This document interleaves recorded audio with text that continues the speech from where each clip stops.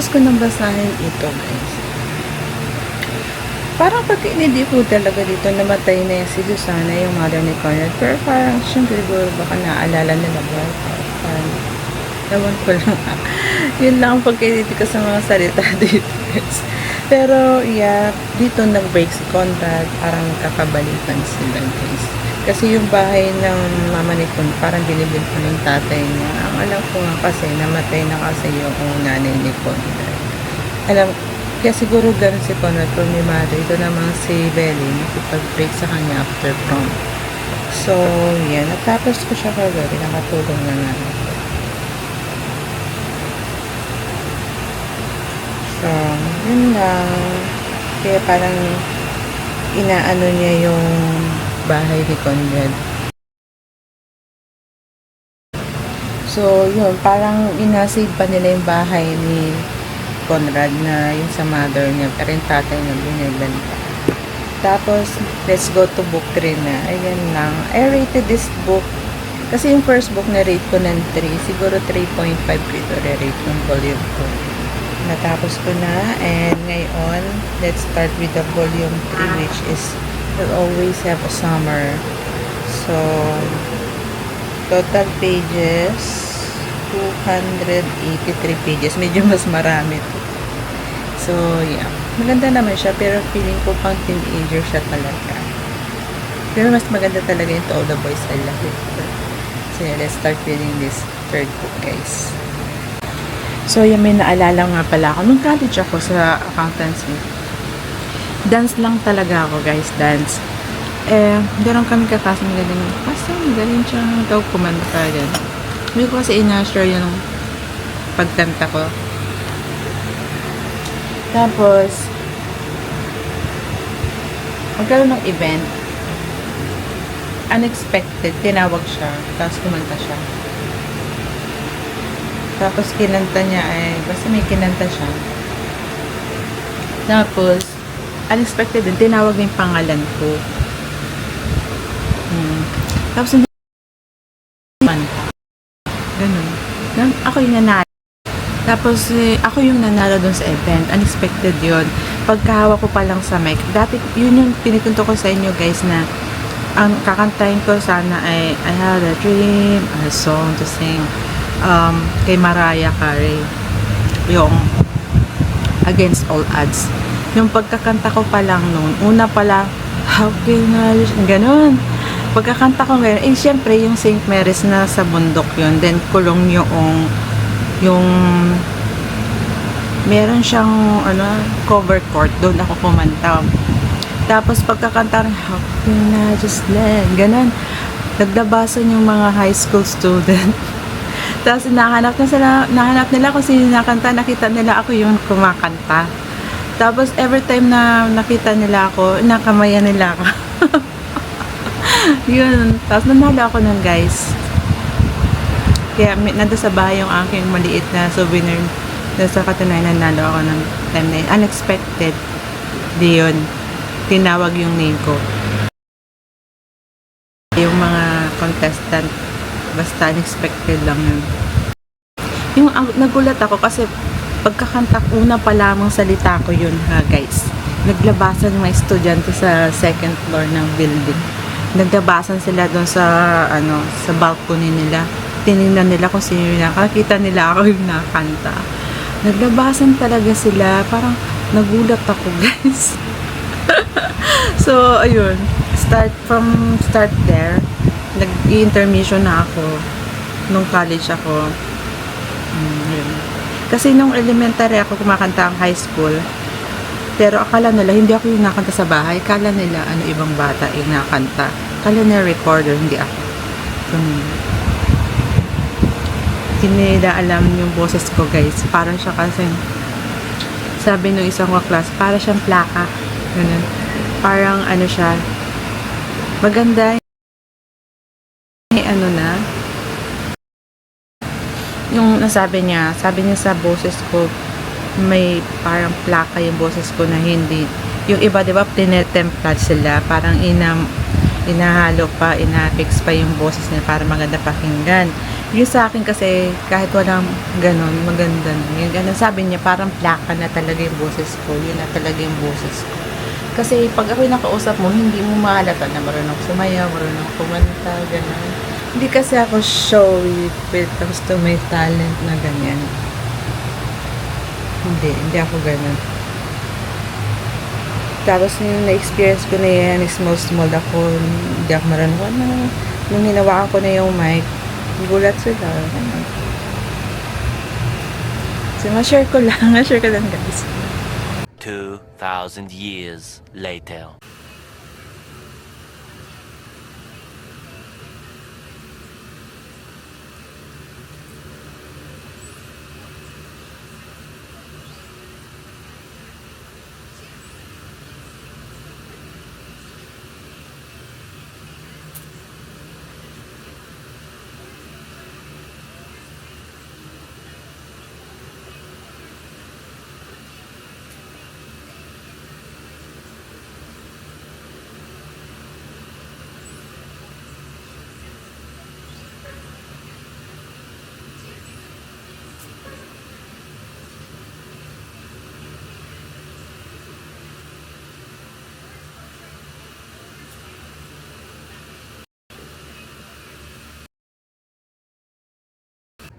Much later. So, yeah, guys. Doon sa volume 3 pala nga nila, It's Not Summer Without You. Kaya pala ganun yung title niya. Nag-break na sila ni Conrad. And si Jerry Maya, yun talaga, ano sa kanya, in top. Parang pipili niya si Jerry Maya sa party. Nakakasad niya sa party. Pero, yun lang, kasi mga bata pa naman sila ngayon bago tayo si Conrad kasi parang may problema ang personal. Hindi niya na sinishare. Kaya let's go to the book tree. Let's start this, guys. The next day. So yeah, guys, I'm currently reading Will Always Have Summer. So yeah, I am currently at page 130 of chapter 29. Ano sa mga previous chapter, parang naiinis ako kasi papakasal sila in 19 years old. Kasi guys, when I was 19 years old, I never thinking that I will gonna marry at the young age. Guys, pero dito, gusto na niya magpakasal, guys. Ako, may boyfriend ako noon kasi bata pa ako noon, pero naisip ko si late bloomer, hindi ako marunong. Kaya hindi ko niisip na magpapakasal ako sa mga agang edad na gano'n. Sabi ko sa sarili ko, siguro mag-asawa ko mga 26, pero hindi nangyari yun, guys, diba? So, dito, naghahanda na ng gusto mong pakasal, wedding, and all chenes, gano'n. Si Belly at si Jeremiah, bata pa siya. Tapos, bumili si Jeremiah ng sing-sing, gamit ng credit card, which is hindi niya pinaghirapan sa trabaho. Nagalit yung mama ni Belly. Gusto silang paghiwalayin. Sabi ng mama, pwede kayo magsama pero hindi kayo pwedeng magpakasal sa akin kasi maaga pa. Naantok pa ako, guys. Antok na antok ako kasi masama yung pakiramdam ko. So, ayun, naglilinis ako ng electric pan ko. So, ito, when I was 19, hindi ko man lang iisip na ako ay mag-aasawa sa maagang gano'n. Hindi ko naisip ko, guys. When I was 20 years old, hindi ko na inisip kahit kung sa ex-boyfriend ka papakasa ng kapwa ko, mag-aasawa ko. Noong kay 24, sinabihan ako ng ex ko, nung civil engineer na magpakasal na kami, gano'n. Sabi ko sa kanya, saan magpapakasal, gano'n. Sabi niya, so, alam ko sabi niya, gusto sa munisipyo muna, gano'n. Like, dito sa Hongkong, sabi ko, sasagasan na lang tayo ng gano'n. Pero hindi naman hindi man nangyari, guys. Tapos, binigyan na ako ng, may sing-sing na ako. Actually, 2009, binigyan na kaagad niya ako ng sing-sing. 2009 na yun. Kailangan ko nga siya na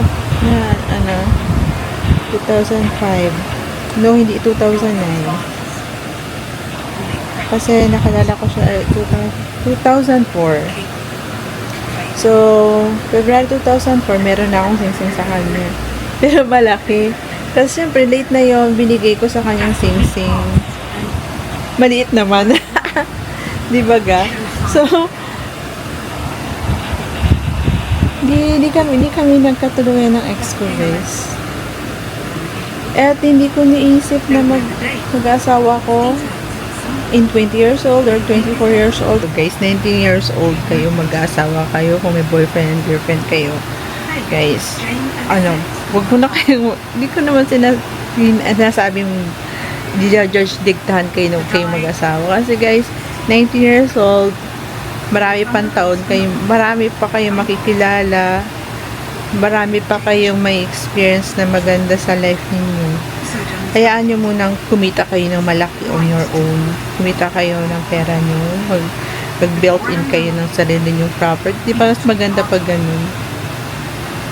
Wala magana sa inyo kasi may sarili kayo. Diba? Mag-aral kayo mabuti, magtrabaho kayo hanggang sa kung yung gusto nyo. Kasi, meron na malalaking magkakagusto sa inyo. Diba? Yung talaga na-comment for you. Diba ako nga, wala pa akong asawa. Diba, di ko alam kung kakapag-asawa pa ako, guys. Kasi hindi ako laog. Sabi ko, pray ko na kay God na yung mapangasawa ko, kaya akong buhayin. Kasi kaya ko naman gampanin pagiging asawa. Hindi ko lang sure kung makakapag-anak. Kasi, alam niyo yun, I'm age na. Pero hindi natin masasabi. Sabi nga, hanggat namin station, magkakaanak ka pa. So, yun lang, guys. Laging pray ko na lang. Sana ibigay sa akin doon yung tamang lalaki kung sino man siya. Sana marunong din siya ng family orientation sa family, yung galang, paggalang, yung pinuhay siya ng family niya, puno ng pangaral. Hindi ko naman inaano na mayaman. Gusto ko sa lalaki nagsikap siya. Rebuild niya yung sarili niya. Para kaya niyang buhayin ang asawa niya at kung magkakaanak niya. Diba? Diba? Mas maganda yun. Diba? So, yeah. Let's continue reading. So, yeah, guys, I'm currently reading this while eating. So, oh my God. Maganda yung part 3 ha, guys. Dito sa part ito, malaki na sila, diba? So, hindi pa kinakasal si Belly, diba? Nasa 43 na ako, chapter 43. Diba si Conrad yung first boyfriend niya, tapos yung kapatid niya lang ang naging boyfriend late. Kasi nga, parang nag-break sila ni Conrad. Dito sa part na ito, nasaya na ako kasi nag-inuman yung mga magkaibigan, tapos si Conrad lumabas, tapos sinanap ni Belly nandun lang sa diba sa mga beach may mga parang ang tawag dito? Ang tawag dun? So, yung parang lifeguard house nandun siya. Doon siya daw tumatambay. Tapos pumunta si Belly dun. Tapos parang syempre nag-iwasan sila na pero nag-aalala si Belly. Mahal pa rin niya si Conrad. Umalis siya, tapos sinundan siya ni Conrad. Tapos sinawakan niya kami niya. Sinabi ni Conrad, I still love you. Di ba guys? Di ba si Conrad kasi yung tipong lalaki na hindi ka niya papakialaman, guys. Parang may right time. Hindi pa yun, halimbawa ngayon, naisip niya gano'n, so hindi pa ngayon ang right time para doon. Gano'n. My God, guys. Maganda yung part 3. Yung number 1 kasi, hindi ako masyado nag-enjoy. Kasi bata pa eh. Tapos yung pangalawa, ayun, dito, malaki na sila. Or, nag-work na sila, ganyan. So, yeah. Si Jeremiah, parang hindi yan masyado siya responsible. Para lang sa akin, guys. So, yeah. Maganda yung number 3. Maybe I rated this 4 star, more than 4 star. Pero pa maganda yung glass nito, I rated this 5 star. And 60 plus pages. Yeah. And it's about 11:22 p.m. Ayun. Yung last part nito maganda sana kung parang minadali na yung tapos. Doon sa part na Di ba si Conrad at Jeremiah magkapatid? Si Jeremiah yung hindi sumuko. Hindi niya iniwan si Belly. Ngayon si Conrad, siya yung laging wala. Laging nabro-broken heart si Belly. Ngayon, nung akasal na siya, hindi na tuloy yung kasal nila ni Jeremiah. Jeremy. Yeah. Kinasal siya kay Conrad sa the end, di ba? Yun yung pinaka-last part nito. Tapos, nung nag-aral si Belly sa Spain, dito sa last part, pinakita dito yung mga letter. Ito yung mga letter ni Conrad sa kanya. Dito yung mga nasa uli. Maganda rin naman sa lalaki yung nagbibigay ng letter, di ba? Lalo na kung maganda yung sulat, di ba? Di ba yung mga king magaganda yung sulat?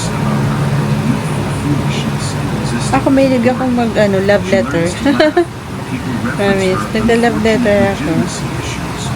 So, maganda naman ang story doon sa last part, pero parang kinulong pa lang. So, I rated this book 4 star only. Yeah. I'm satisfied with this book, but not really very satisfied. I rated this book 4 star.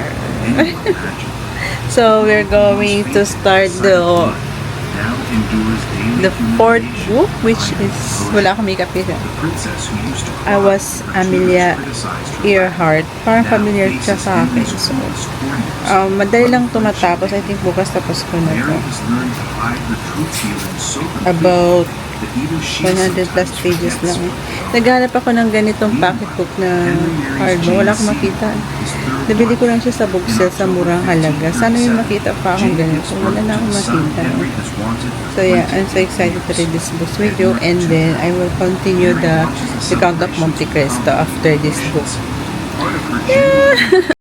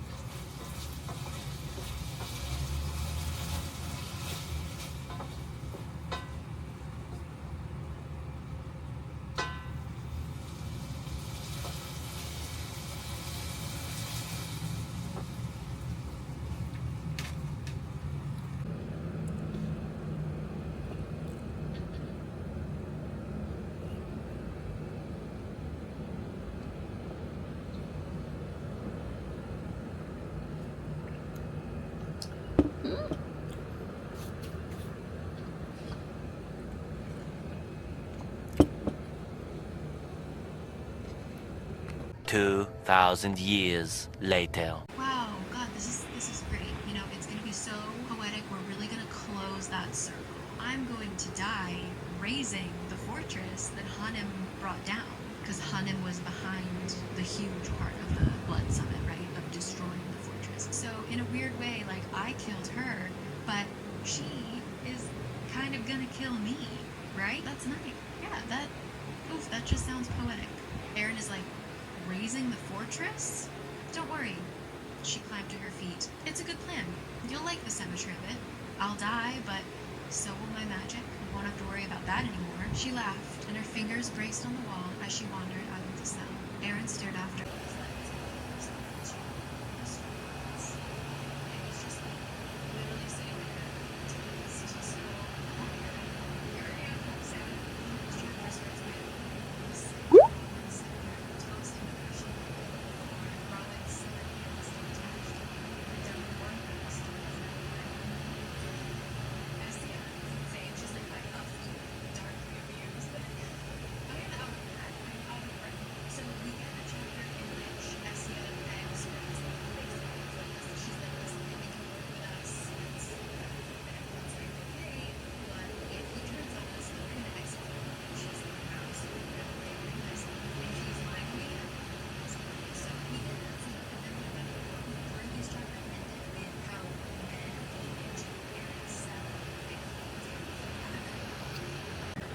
So guys, I'm currently reading this book.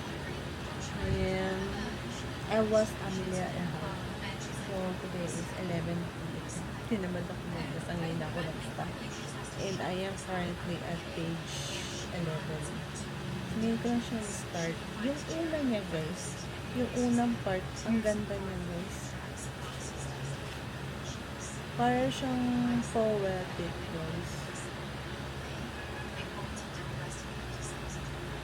By Jane Mendoza. Ano siya? Ito was copyright 1996. Diba? Meron pa ditong parang quotation sa unahan. But the roar of the wind, she heard the roar of the airplane. Coming nearer and nearer. Virginia Woolf. Diba si Virginia Woolf is author din as well.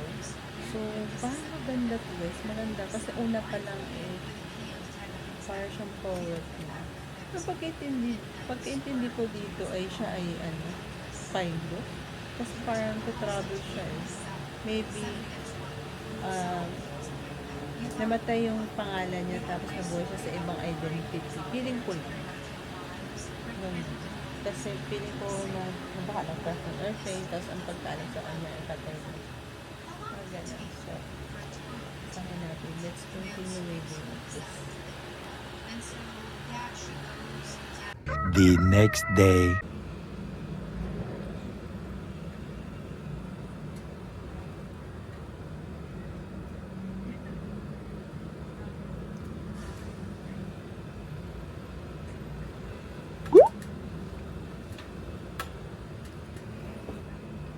Bagay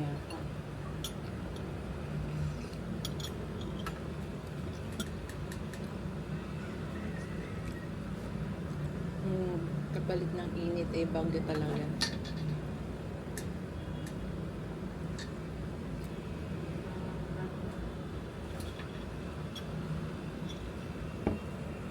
It's how do we have our success bring the most people into that fold, and how do we serve the most people in a positive sense.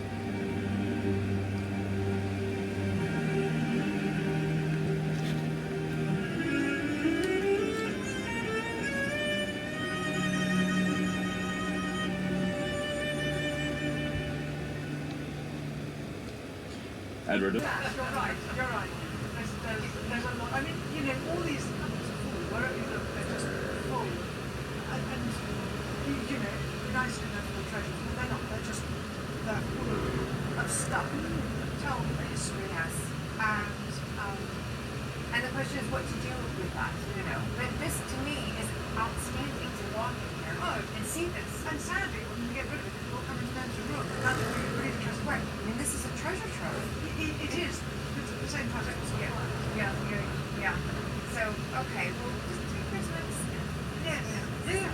Also, I've noticed these. Yeah. So, again, steps up, defending. Yes. To look after them. Yep, exactly. Time of life. Yeah. And light. And there is lovely light. Oh, great. This is a real treat to see this. The mattress room I shall never forget.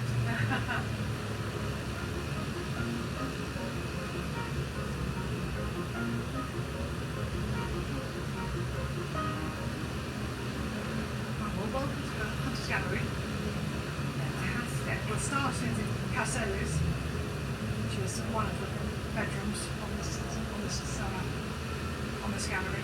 Right. So, coming into these bedrooms here, how many do you think there are sort of long on this gallery?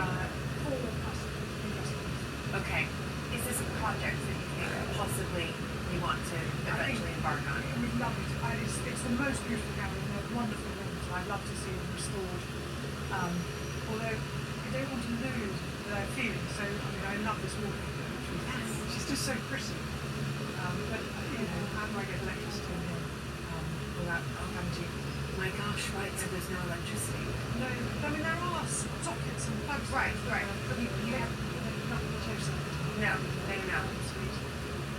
But it's wonderful. So this was, of course, back in the day, used as guest bedrooms when entertaining hospitality was happening. This is where guests would come and stay.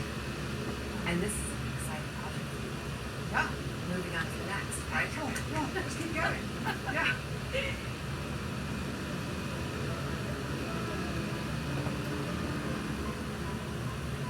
So Julie, this is, as mentioned, this is the Hunter's Gallery. It's an 18th century Park castle designed by Daniel Garrett. And it's amazing to see these rooms that are just off to the side. Yeah. Like this bit here. It's got such pretty wallpaper. And it has columns. Yeah. Hence the algorithm. So you're always carving rooms out of a medieval castle, so you're always having to work with shapes than you had before. Okay. And there's vaulted ceilings above here from the original shape of castle, and to make it into the 18th century, you have to bring down the ceiling. So this is the Georgians who came in and they thought, right, we've got to make this a living home. No longer, of course, this castle of defense. And therefore we're putting in the ceilings, we're covering up the vaulted ceilings above and then putting the gorgeous plaster creasing. Yeah. Wonderful. Really, really beautiful bedroom. It's absolutely lovely. Really beautiful bedroom. And these are, I guess, bedrooms and the Hunter's Gallery are something that you're thinking about as a project further along the line. Yes, I mean, the restoration is key to this. It's such a beautiful space, and I'd love to see it return back to some sort of use. It will be lovely to use. And into the state bedroom. Oh, goodness. Absolutely vast. This is called the state bedroom. Actually, originally it was the main sort of salon, if you like, before the south front was developed. It's quite close to the kitchen, which is, well, it's all relative. There's a set of stairs that go directly back to the kitchen. Okay. So this would have been the main kind of living room in the very early 18th century before the other rooms on the south front were done up. Okay. And then it became a state bedroom. There's enough sort of living rooms, reception rooms, but you could do with another bedroom, and it was a grand bedroom if you had, your top status guests. Yeah. And you'd have, I guess, a suite of rooms, because I think state bedrooms you'd always have at least one other room. We'd love to maybe do this room up at some point. Right. So Yeah, possibly great. future project. At the moment, obviously, it's a bit small, really. This caught my eye, this very grand bed. And it looks like coat of arms, possibly a little bit of royalty in there. Yes, the royalty. And this is yet another one of many things that just needs restoration, which we will get round to in time, because it's absolutely magnificent. It is magnificent, but that's one way because I mean, you're always looking to stabilize, conserve, restore Um, yeah, like you don't have enough to do. Okay, so I'm here spending the night, and then I have my suite of rooms. Well, yes, you wouldn't just have one room. You'd need a dressing room. Absolutely. So I've just woken up, or maybe I'm going to bed, but this is my sort of space, is that right? Yeah, this is somewhere for you to change and have your clothes laid out for dinner and you know, just maybe sit and write a letter in the afternoon once you've had a walk and you just want to have a little peace. Yeah, and lovely light coming in from both of these rooms. But again, is this 18th century, the decor that I see here? Yes, within a 14th century tower. Yes. It's 18th century architects and Paris and James Bay. This was a dressing room for the state bedroom. Before that, this would have been dining room. Really? So we had the salon and the dining room. Lovely space to have the dining room because then you've got a lovely fire and the carvings on the chimney piece are they're yeah, yes. You've got all the great thing. Yeah. So natural. Then you've got these lovely masterwork pieces on the wall, back music, and hunting. And this extraordinary wall. Yeah. And then there's a piece over here. This is the bed that's now sitting here as a bedroom, as it's a bedroom, which is 18th century painted silk. Again, it needs work on it, and it needs loving, and it needs to be on display. But we can't do that until we know we've stabilised it. Yeah, absolutely. Yeah, but look at all And it's so vibrant in color. It's amazing. You know. But it's interesting which, you know, obviously it depends on how you've dyed it. So it's interesting to know that, for instance, some of the green, a certain shade of green tends to eat its way through the silk. Just to try to say, well, suddenly have a shape with a hole in it. Right. Because it's the wrong colour. Right. And this is clever to put this on and just make sure that it's not affected by the light or pests or anything like that. Yeah. So what are future plans for these two rooms? Do you have any ideas going through your head? Well, and what I'd love to do is get this back to being a dining room and a salon as well next door. So it works really well within the layout of both with architects. And as I say, it's not, as I said before, it's not to do with something that I actually might manage in my lifetime, but to try and find a layout that works within the castle. Yes. Somebody else can take that and choose to. They're absolutely splendid rooms, and they, again, the color is still so vibrant 300 years later. All right, well, I can't wait to come back and visit when you. Yes. I know you're going to do it. Come for dinner. All right, accepted.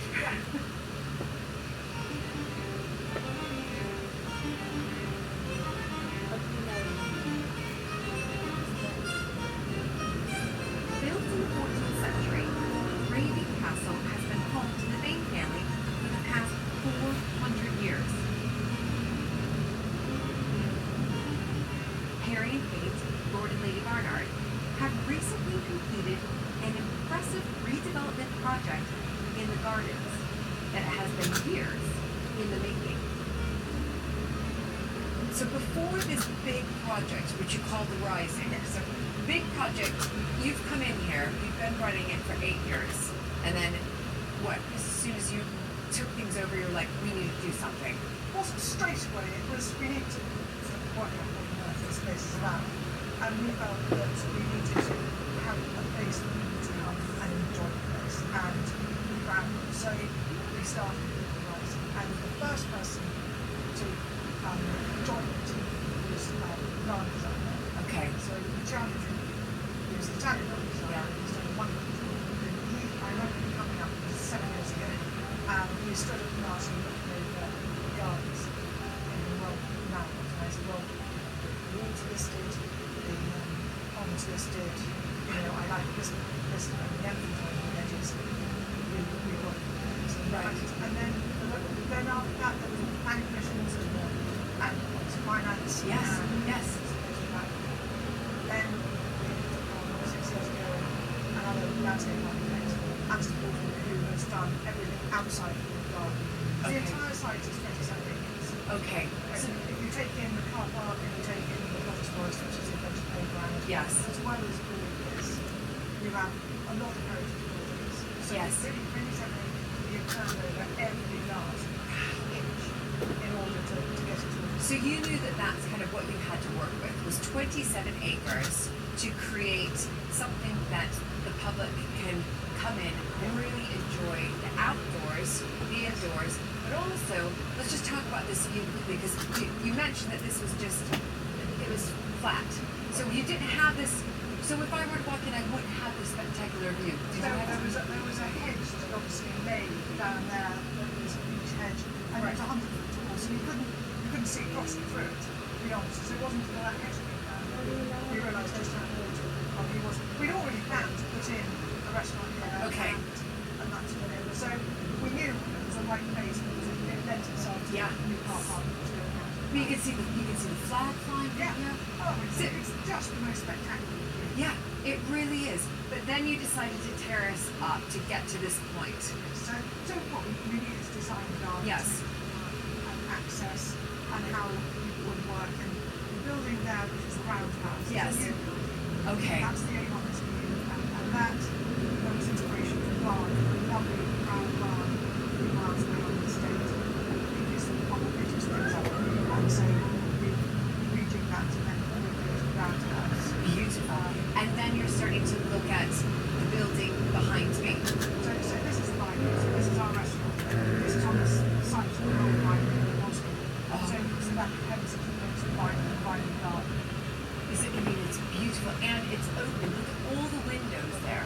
Absolutely fantastic. So you can enjoy your meal or your cup of coffee or, you know, your glass of rosé and looking out. I mean, that's exceptional. What's even more bizarre though, we're looking out there from the other side, because of the topography, you can't actually see it. It's completely in the way, so it's not reflecting the view from the castle. You can see a few windows where parts of the castle which are not archives and not used by someone. Right, right. So that one's really wild. Yeah. What was in the whole of the project, which took you, it sounds like about 7 years from thought to where we are today? What was the first, I guess, where did you break ground first? Oh, we broke ground just here. Right, okay. We dug in, and I remember the day very well. We just dug in, but that was a bit ceremonial. The building work took about 19 months. Okay. And we had a lot of people on site. We have an amazing team. Our team is absolutely fantastic, incredibly professional, and on top of that, so proud of their work. I mean, the quality is unbelievable. And we were able to bring in different departments of the estate. So, for instance, there's a table in front of us here that's 1 4 6 inches. Yeah. That was wind from Hurricane Park and the forest park. We were able to bring that in. Right. And upcycle it. It's fantastic. Yes, and you'll find that nearly everything, about 80% of the stuff that we've used, the materials we've used here, are upcycled and found around the estate or really came from Right. somewhere. Wonderful. Beautiful table and wonderful that you're upcycling. Yeah, well, the energy was a massive part of the project. So, whether you're using old materials or whether we want a way of heating the place, so 60% of our energy on site comes from our geothermal site just on the edge of the park, where we had to dig down 2 wells of 130 litres in order to extract the water out of the water. Wow. Yeah. And then you put down back the cold water, and I think ducks in the pond gets back to the bottom of the park. That is brilliant. That is very clever.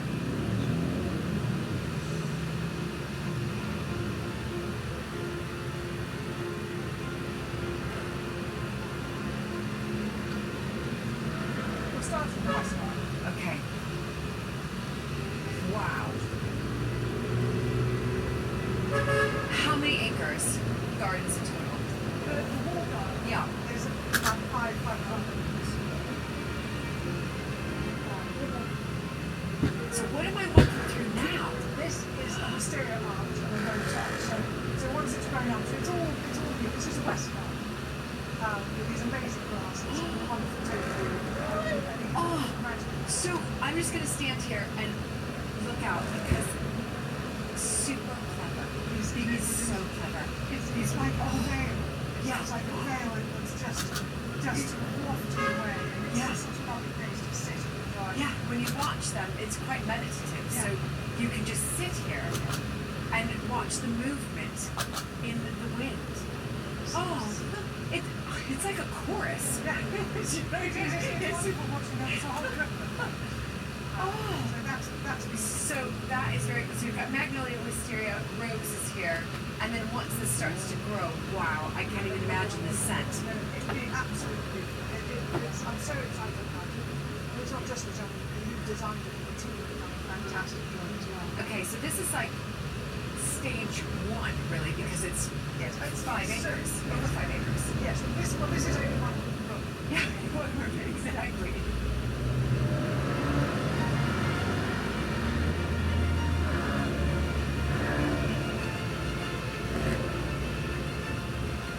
Wonderful. What room am I in now? Now in the formal gardens. When discussing what the day was, the only thing that we found there wasn't loads of time. Oh, Kailangan ko So lagyan very ng simple. date And then everything else is na-deliver sa akin na na-receive ko para redesigned. pag tumanda and ako the ilang taon water, na itong there's a real water element. Yeah, and it's very gentle. A lot of time is spent discussing the speed of the water. So obviously you have it going straight down, much faster.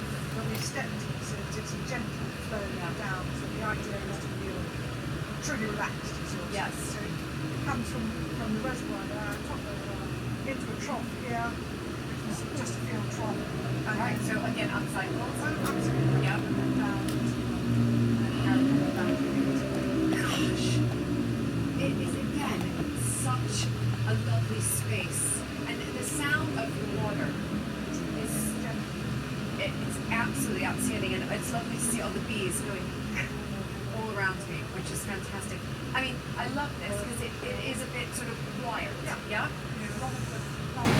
Parang kasi mas mura pag bookshelf yung ilalagay ko. Exactly. So people So, dito ko come siya here and lalagay. enjoy.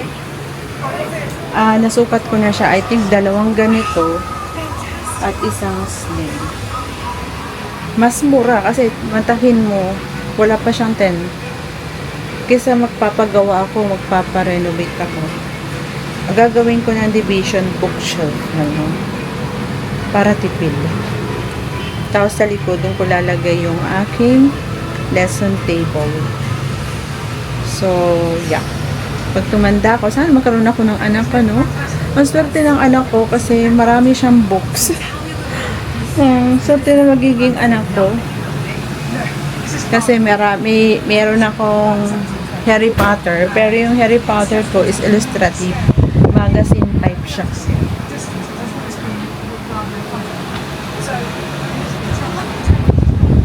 Dami kong books. Swerte na pag ako halimbawa ako ay tumanda na, meron ako anak, kahit tumanda na, halimbawa pinamana ko na yung mga books ko sa anak ko, gusto ko ipamana din niya sa aking mga ingatan nila yung books na yun kasi ininvest ko siya para sa future. Nilagyan ko siya ng time kung kailan ko siya nabili. Gusto ko ingatan nila yung mga books. Ganun. In the future, sana magkaroon ako ng anak, diba? So, yeah. Ang swerte ng aking magiging anak. Samantalang ako, nung bata ako, guys, ang books ko lang talaga, encyclopedia, world encyclopedia, medicine, human anatomy. May mga books din ako na story, kaso mga pambata naman kasi, tapos yung mga animals, kapatid ko naman yung animals pero nasa bookshelf ko siya. Tapos ano pa yung mga books ko, mga elementary books ko nandun din, elementary books ko, high school books, college books, yung sa 2 degree ko at master's books ko nandun. Kasi yung isa kong bookshelf sa province, puro textbooks from elementary to college. Tapos isang row doon ay aking mga journal from high school hanggang present. Journal ko, ginagawa kong journal. Tapos, ngayon, yan yung mga na-acquire kong books. Ininvest ko, di ba? Kasi, hindi kasi ako taong pasyalera. Ayan. I never been everywhere.